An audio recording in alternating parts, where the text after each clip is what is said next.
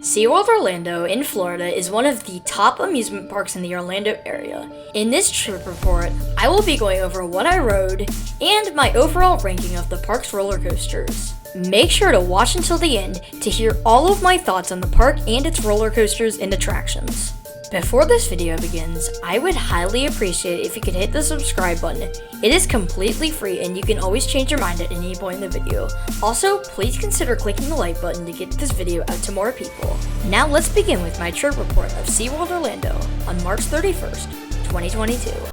My first surprise of the day came before we even entered the actual park, and that is preferred parking. And while I'm used to getting that at Busch Gardens Williamsburg and got that the day before at Busch Gardens Tampa, I heard you have to reserve your preferred parking at this park, so it was a great surprise to hear that you didn't on this day. We went through security and through ticketing and then entered the park and got first train today on Manta.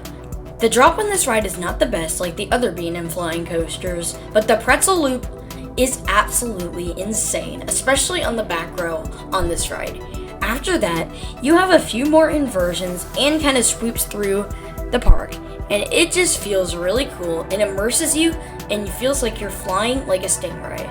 I think SeaWorld did a great job with this ride back when they opened it, and it's hopefully going to stay for years to come. I have this coaster at number 3 of 6 at the park. Next on my to-do list was Mako, the B&M Hyper at the park, and I heard rave reviews about this ride, and it did not disappoint. The first drop in the back row is awesome, and a lot of the ride's airtime hills gives incredible airtime. I'm talking about you, the 5-second floater hill.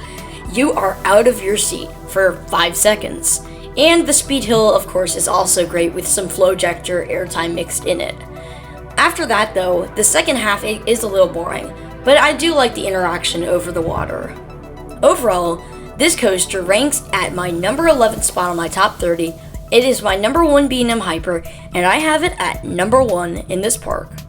After that, I went to Kraken, the B&M floorless coaster, and what I consider to be the most disappointing ride of the day. This looks like a standard B&M looper, but I've heard people say that it is really good with incredible forces in a great setting. Well, I didn't get the forces part, although I agree with the setting. This ride did not give a ton of forces. I mean, they were there, but nothing special, and I just thought it was your standard B&M floorless coaster like Dominator at King's Dominion, although the second half was pretty creative and unique. I also want to point out real quick the paint job for this ride and the new trains, and they look absolutely great. The reason they did that in the first place is because they wanted to have a color difference between Kraken and their new B&M Surf Coaster, which I will have a video out on in a few weeks, hopefully. However, I still think this is a really good ride, and I place it at number 4 in the park, though.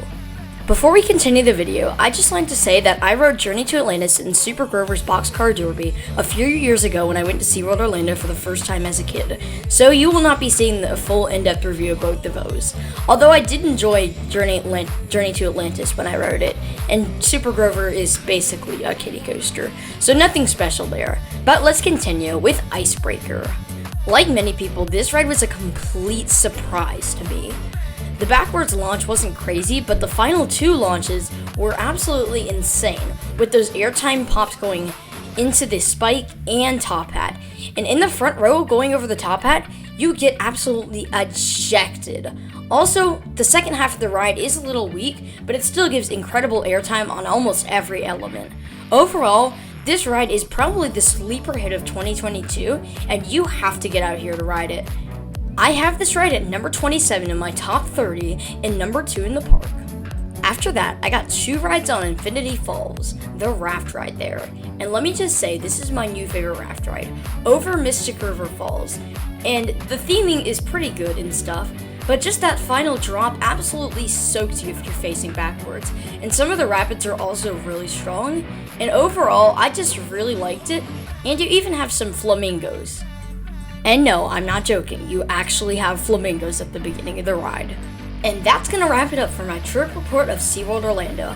I know this was a shorter video, but I wanted to just get some content out to you guys before I work on some of my big projects in the future, especially something I have planned for the channel 1-year anniversary, which is coming up within the next few weeks. But anyways, if you're new here, make sure to click the subscribe button, and while you're at it, why not click the like button too to help me against the YouTube algorithm. Anyways, as always, this is Zero G Coasters signing out. Have a great rest of your day, guys, and see ya.